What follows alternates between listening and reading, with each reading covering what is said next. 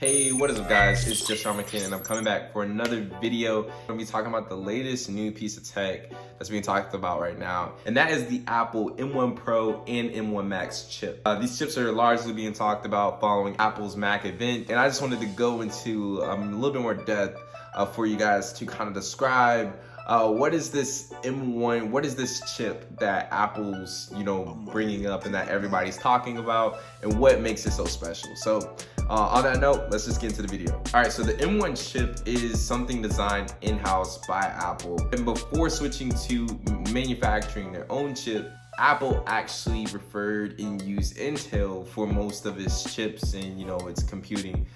In its computing processes. There were still some things like like the Apple T2 and whatnot that was being used, but this is the first full-blown just segue away from third-party chips to having something designed fully in-house. And that is to say that this new chip mainly powers the new Macs and the iPads that Apple is releasing today. And you may be saying, is the M1 chip related to the iPhone? As of the date of making this video, in October 2021, the M1 chip is not built for iPhone. Now that could change very much in the future with some configurations and whatnot. It'll be a very powerful phone if they were to put a phone and use it with the M1 chip. The current iPhone, such as the iPhone 13, runs on something called the A15 chip. And I can go into more detail about that later, but in this video, we're gonna be focusing on the M1, and which primarily powers the MacBooks and the iPads today. So some really important things to hone in when you're talking about the M1 chip, just some bullet facts, is that this is one of the fastest single core chips that was ever put into any Mac in history. And not to mention, this is one of the first Pro chips designed by Apple to go in its MacBook Pros. I love what it does is it just allows for an increase in processing, graphics, and ML power. It basically just turns your computer into a beast. And something really cool about it is, again, whether it's running plugged or unplugged, it's still going to be running at pretty much the same relative performance. And not to mention, it has incredible power efficiency as well. So you're getting more power with your chip, but also increasing the life and the extended amount of time that you can have your device on. So it's a win-win situation. Why wouldn't we be mad about that? So I mean, Apple really knew what they were doing. And the goal of this is basically shatter the limits of what a notebook is capable of doing. Because when you think about it, the MacBook Pro is designed for developers, photographers, filmmakers, 3D modelers, scientists, music producers, and pretty much anyone who just wants to use one of the best powerful notebooks in the world. And honestly, with the M1, Apple is pretty great in the running for, persuading people of these different backgrounds and fields to use and come into their Pro ecosystem. Because again, you just get the highest performance per watt and you get industry-leading power efficiency. And I think you really can't beat that, just being a creator in whatever field you're in. So just to dive into a little bit more detail about what the M1 is the M1 is based off of a system on a chip architecture. Otherwise, you can see that acronym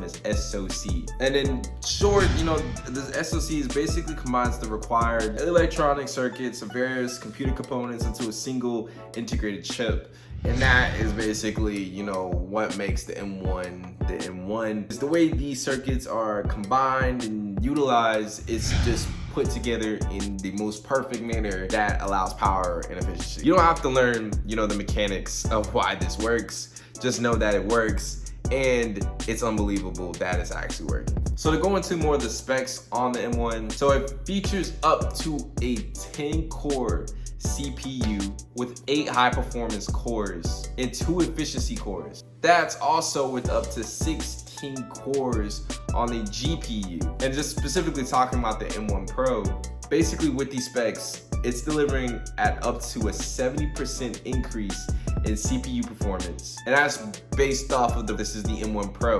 And with this, the M1 Pro is also boosting twice as fast GPU performance, while also delivering up to 200 gigabytes of bandwidth. And that's nearly 3 times the bandwidth what was on the original M1 chip. And it also supports up to 32 gigabytes of fast unified memory. So this is basically just to honestly give your setup a facelift. It's designed to dramatically just speed up pro video workflow. It even has a ProRes accelerator engine delivering high processing for graphics while also being power efficient at the same time. So that's the M1 Pro and just the increase in the amount of, cores and performance that has. Let's talk about the M1 Max. This is one of Apple's most powerful chips in history as of this present day. So the CPU, you're not gonna see much change between the M1 Pro and the M1 Max.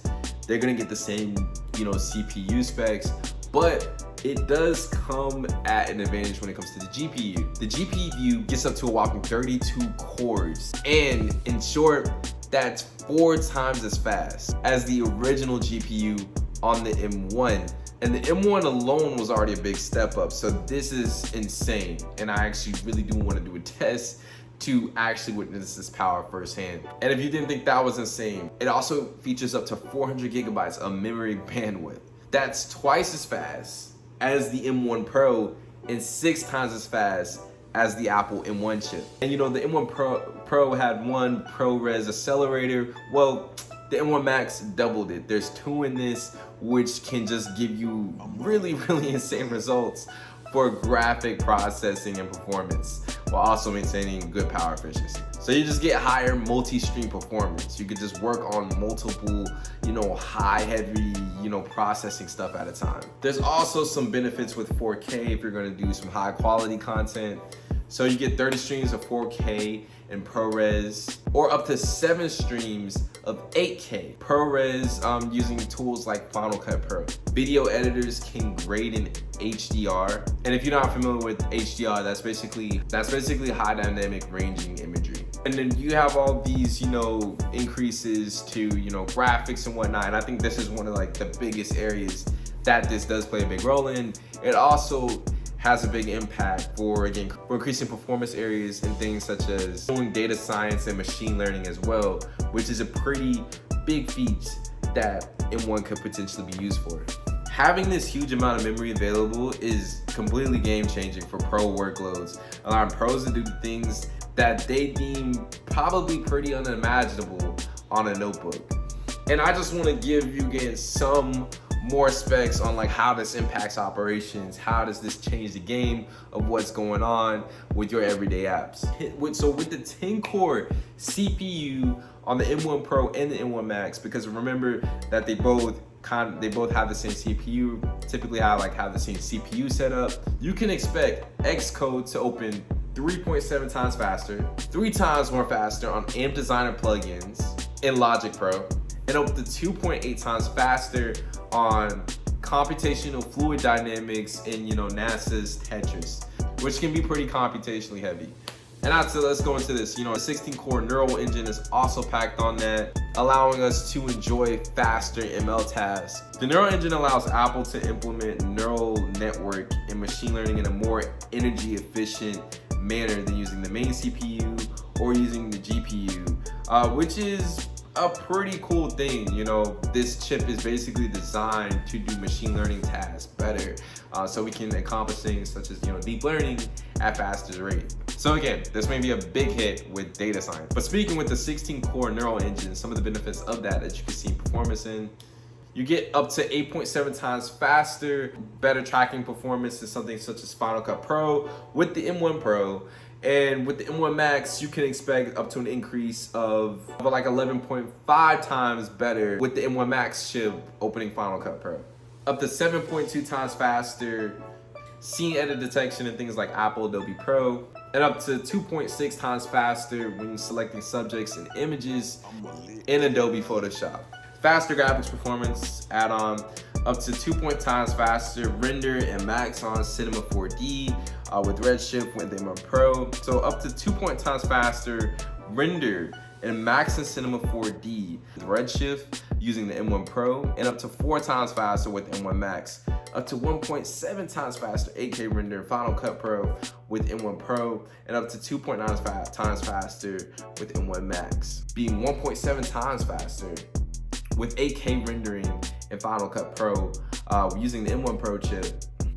And yeah, if you use that with the M1 Max, you get an increase of about being 2.9 times faster. Again, this is based off of the original M1 chip, which is already a big plus. All right, so let's talk about the battery life a little bit. How does this actually, stand truth to all this great performance? Because again, it should be killing it if we're getting these jumps of increase in performance. But no, it's actually being pretty good for having just such significant jumps in the way that Apple products process themselves. So the 14-inch model actually delivers up to 17 hours of video playback, which is, according to Apple, 7 additional hours, while the 16-inch can actually go up to 21 hours of video playback, and that's actually an increase of about 10 hours, or something equivalent of a 16-inch model. Something really, really interesting here, just being a developer at heart, is that Apple even makes the statement of saying that developers can process up to 4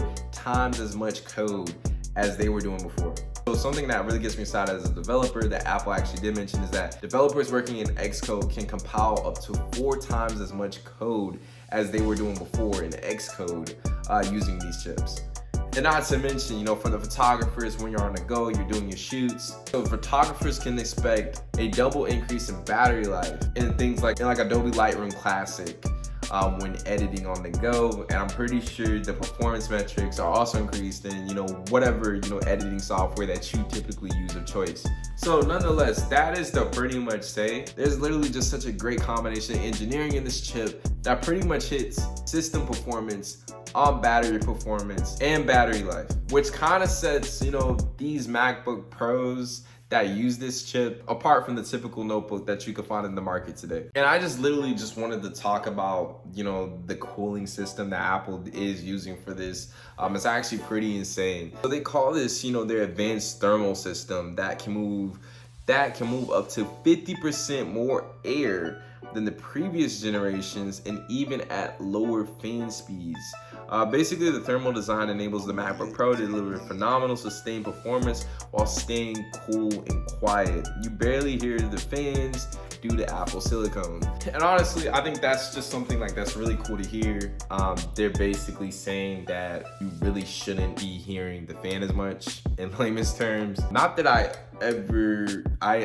never had a Pro notebook myself. From my personal experience, that the fan was, that big of a deal. Yes, it's very annoying to you hear your fan going off, but it's even just great to know that Apple is affirming us, hey, your computer is cooling down way more than it used to, and yeah, you can expect fans to come on a lot less. But yeah, if you were just even more curious on the breakdown, here's a list of products that use the M1 chip, just so you can, have that sense of clarity on what uses the M1.